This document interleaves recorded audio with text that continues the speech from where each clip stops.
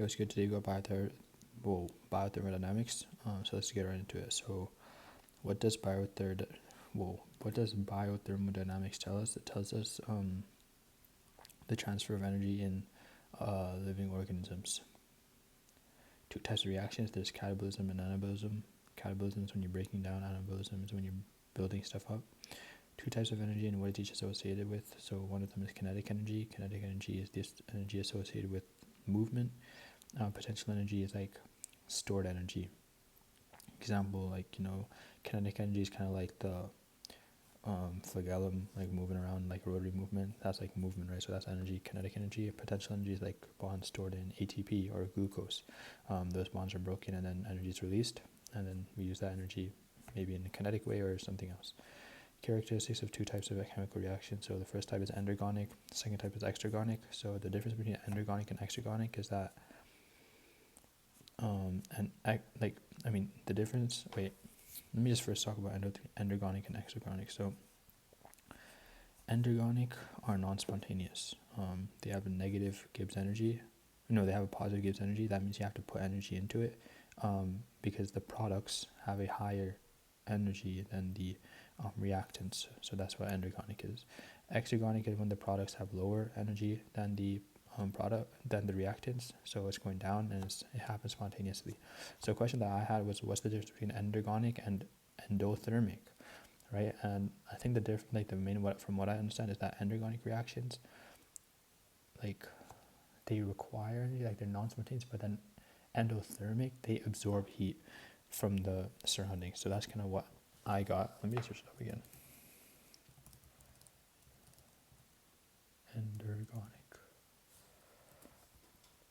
Endergonic, they both absorb energy, but they differ in the type of energy and spontaneity. Endothermic reactions absorb heat, change in H greater than 0, making surroundings cooler. Endergonic require free energy and not spontaneous.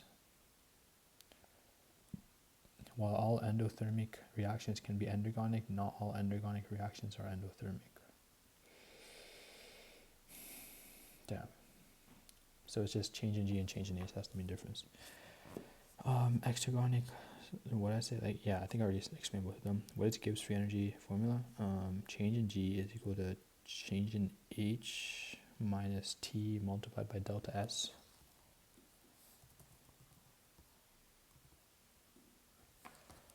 Delta G plus RT,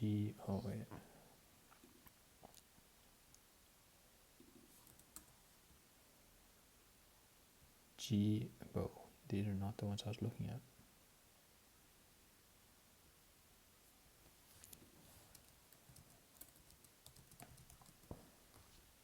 Delta G is equal to delta H minus T delta S. Okay. I don't remember how I said, so I'll say it again. Delta G is equal to delta H minus T delta S. I'm like 99% sure I said that. How can we get endergonic reactions to occur? We can get them to occur via by coupled reactions. Using what reaction? We'll use the hydrolysis of ATP, like the D-phosphor, like removing the phosphate group from ATP. That will release a lot of energy, and then overall the change in Gibbs energy will be negative, and then it'll be spontaneous. What are the qualities of that molecule? ATP, like it has like a lot of energy in the, like adenine triphosphate, what qualities? I don't really know what I meant by what qualities.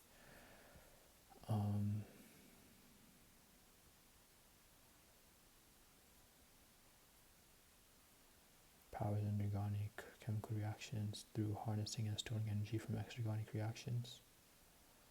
Bonds between phosphate groups store significant amounts of energy and release when hydrolyzed. So when we so the main, I think the quality of the molecule is that there's a lot of energy stored in the phosphate bonds of ATP, and it releases a lot of energy when they hydrolyze, and it's favorable, and then that's how you get the reaction to finish.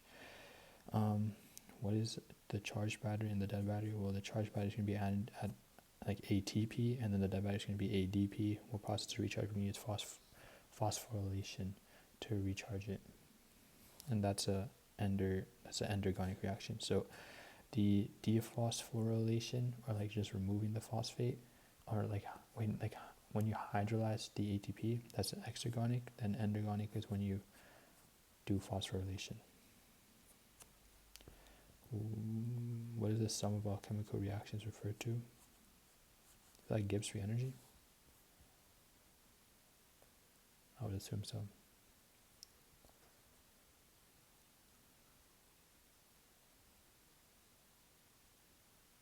Or is it metabolism? Yes, metabolism. Metabolism is all an organism's chemical reactions.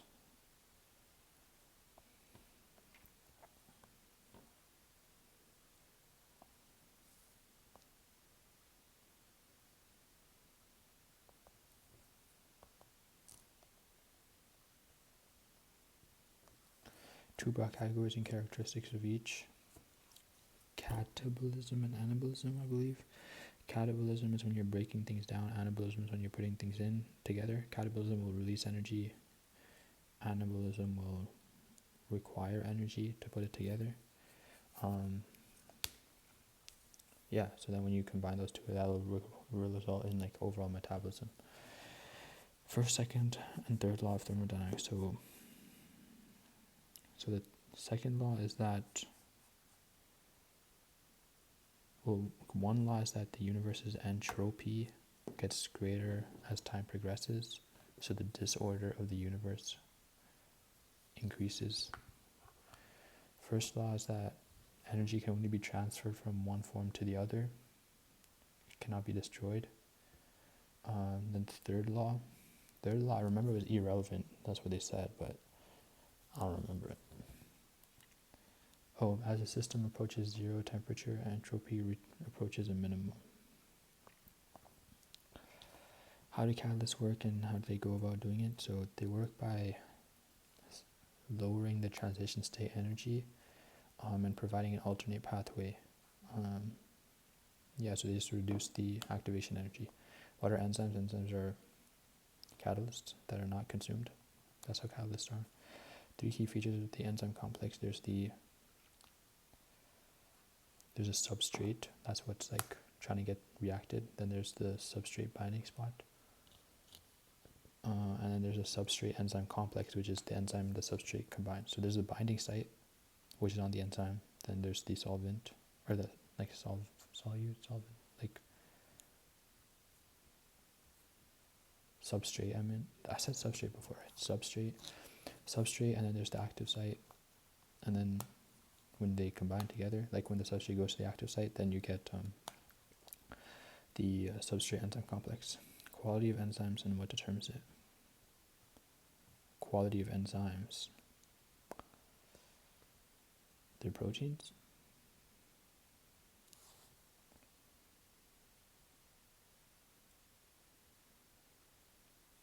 Enzymes are specific. Okay, enzyme specificity. Enzymes are specific to a substrate or group or related substrates due to their structure. Okay, so what determines it? Their structure, quality of enzymes, they're specific.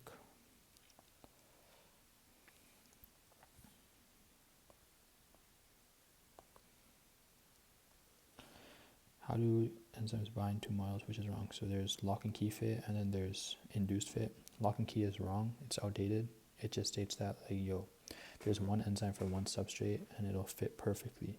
Induced fit model is when, like, the enzyme will, like, kind of change to fit with the substrate, but it'll still be specific. So they're wrong with the lock and key method because it just doesn't work. So, yeah. What are cofactors? Two main groups, two subs. So cofactors just bind to the enzyme and they help it do its function.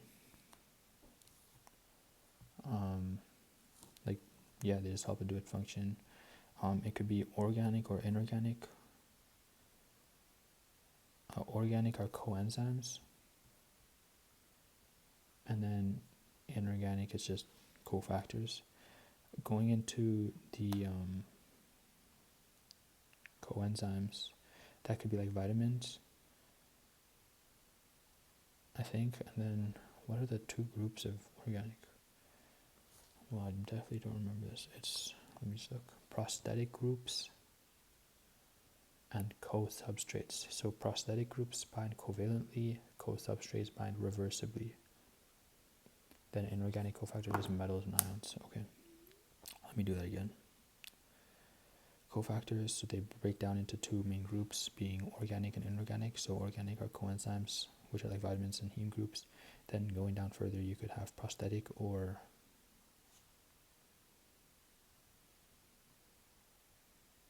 well, I literally just said it like 10 seconds ago. Prosthetic or co-substrates. Okay. Prosthetics, they bind covalently. Co-substrates bind reversibly. Co-substrates. Co-substrates. How do you remember that? Okay, 3 steps to enzymes working. Well, first the substrate has to bind to the active site, then the reaction will occur, and then it'll like just let it leave. Oh, how are they held together? Well, the active site and the substrate are held together via non-covalent temporary bonds. Okay.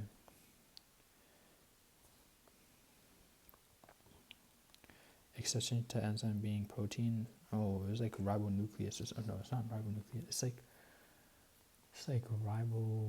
ribosymase or something. Oh, it's called zymogen. No, it's not called zymogen.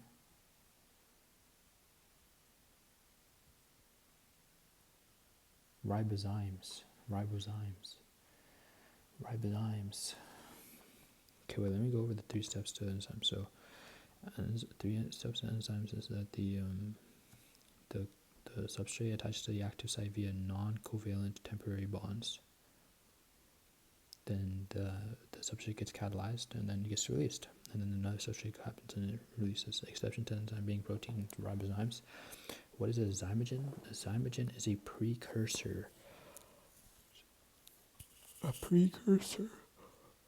To an enzyme. Examples like pepsin and pepsinogen. It requires something to activate it. So like pH, temperature, something to attach to it. It just requires something. It's just like the baby version of an enzyme. It's proenzyme, that's the word. They're precursor to enzymes. Once cleaved, they're able to function. So yeah, they're inactive before and then they get activated through something like low pH, temperature, or something. 2 main factors of enzyme efficiency.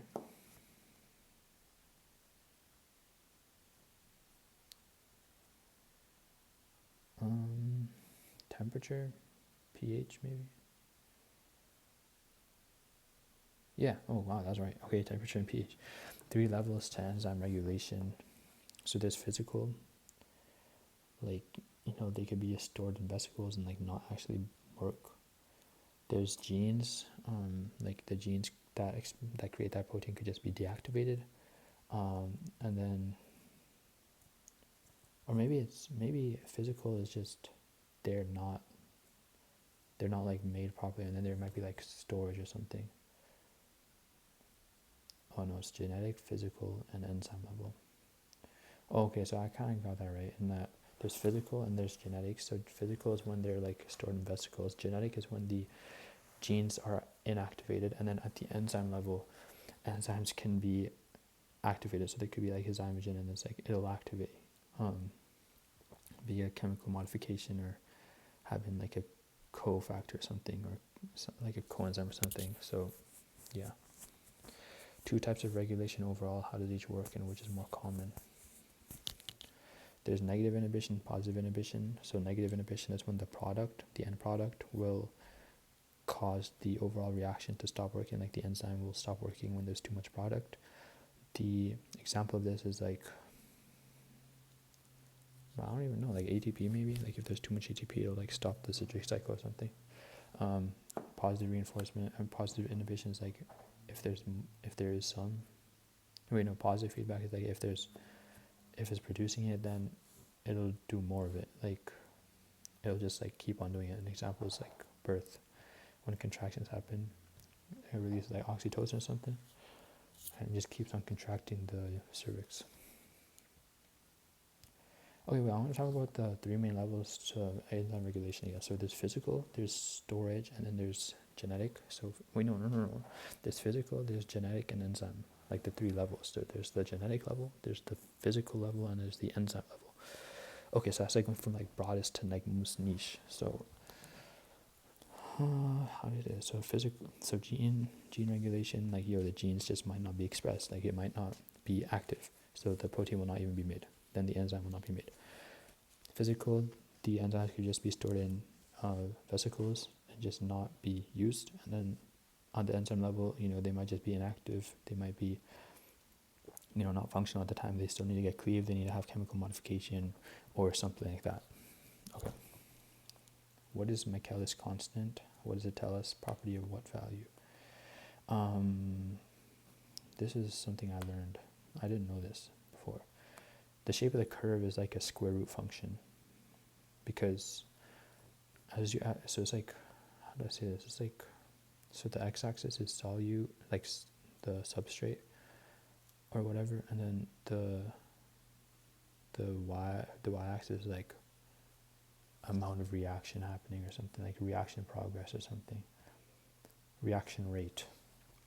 Okay, so then what is Michaelis constant? Michaelis constant is the concentration of substrate, that is when the rate speed, the reaction rate, is half of Vmax. Yeah. The concentration of substrate at half of Vmax. What is Vmax? That's the maximum rate of the reaction. So then half of that will be like half of it, and then whatever substrate concentration that is, that'll be Michaelis constant. What does it tell us? It's an intrinsic value. That's what it means by property. It tells us, like, what do you mean? What does it tell us? Like, it tells us, like, bro, what am I even asking here, bro? What does it tell us? It tells us, like, what is the, bro, I'm so cooked, bro. Okay, I think it's, what I mean is like, okay, so if we have a high Michaelis constant, that means we have low, the enzyme and the substrate have low binding affinity. It's a negative correlation. Like if you have high Michaelis constant, that means we require more substrate for the reaction rate to be half of Vmax. And that means the bonding affinity between the two is not that high because it requires more substrate to bind. But if Michaelis constant is low, that means we require low substrate. If you require low substrate, that means the bonding affinity would be high because things will bond easily, and then we are able to get to that reaction rate value. Shape of the curve is, like I said, square root function. Like why? It's because like it's like you're adding it, right? And like initially it'll be really fast, but then as you add more and more substrate, it'll like get to a point where there's not enough enzymes to bind to all the substrate, and then you're gonna start like having a waiting line waiting for all the enzymes to be available. So yeah, 3 types of inhibitory regulation and how each affects constant. Okay, so there's competitive inhibition, which is when a competitive substrate will compete and take over that spot. This will affect the constant in a way that it'll increase Km because you require, wait,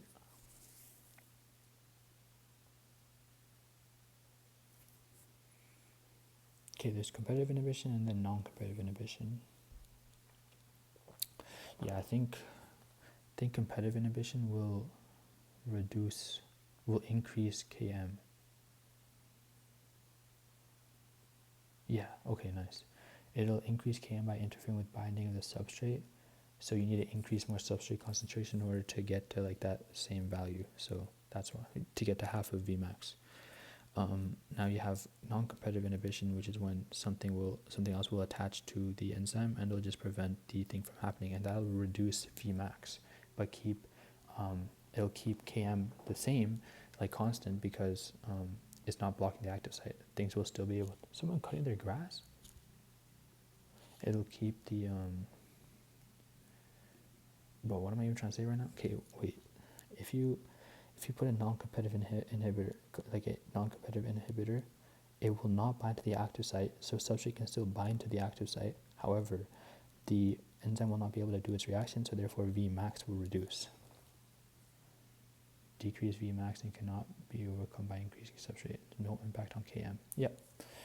And then what's the last one? There's allosteric inhibition, which is just when it binds to when the it like binds to like a specific site, like the allosteric site, and it could be an inhibition or promoter. Like what's the word for that? Inhibition, advancement, like enhancer. I don't know, but yeah, it could be like, you know what I'm saying, like, you know what I'm saying, like, you just get what I'm saying, right? So yeah. It says allosteric inhibition can prevent from binding to the active site, but can be non-competitive or competitive. So there's no set rule. That's what I took out to that. What is cooperativity? Different conditions. So there's positive cooperativity and negative cooperativity. So cooperativity is like the term used for when an enzyme can bind to two different substrates. So positive cooperativity is when you bind the enzyme to one of the substrates, then it'll have a higher affinity for the second substrate. When negative cooperativity will be the opposite. If you bind to one substrate, it'll prevent the next from happening. So an example of this I remember is hemoglobin. When hemoglobin attaches to oxygen from the lungs, it'll have positive cooperativity, and it'll make that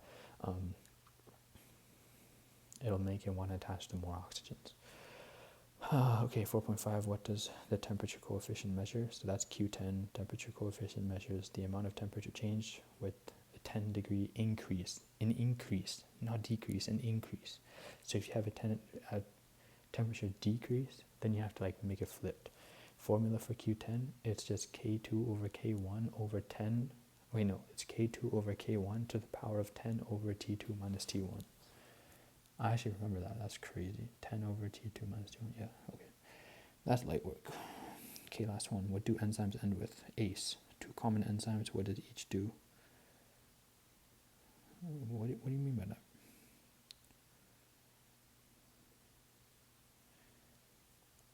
Oh, these questions? Oh, I need to like put more effort into this. Oh, there's kinase. Well, I should have known this actually. Kinase and phosphatase. Kinase is responsible for attaching the phosphate group to some other group for like, you know, like it catalyzes the transfer of a phosphate group from ATP to a molecule, and then phosphatase does the opposite. It catalyzes the removal of the phosphate group from a molecule. So now we'll just go on to the next one. Hydrolase. That's probably like hydrolysis. It's like hydrolysis. So it's like it's catalyzing the breakdown. Transferase. It like catalyzes like the transfer of a functional group. Synthase, just putting things together, I guess. Ligase is gluing things together. Wait, what's synthase and ligase then?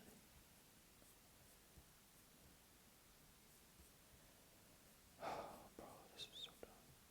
Where is synthase? Synthase being me. Oh, synthase are groupings that catalyze the synthesis of new compounds. Ligase, it seals stuff. Okay, so ligase is sealing stuff like DNA ligase. Synthase is just combining two compounds together. So yeah, 4 of each micromole. So there's lipase, which is breaking down lipids. There's nuclease, which is breaking down nucleotides. Then there's peptidase for proteins, and then amylase for carbs. Trypsin, chymotrypsin, and pepsin. These are specific ones that are for breaking down proteins. It's just they don't have like the regular name. That's I think why it's special. Last enzyme classification. So there's endonucleases and exonucleases. Endonucleases are when they break down DNA in the middle, while exonucleases need to break it down from the edge of the thing. Like they need like the corner of it. While endonuclease can do it like in the middle. It doesn't really matter. Yeah, wait, where's I want to say the trypsin and stuff. Yeah, it says trypsin, chemotrypsin, and pepsin are enzymes that break down proteins, even though their name doesn't have an indication. So, yep, that's all for today. I'll see you tomorrow.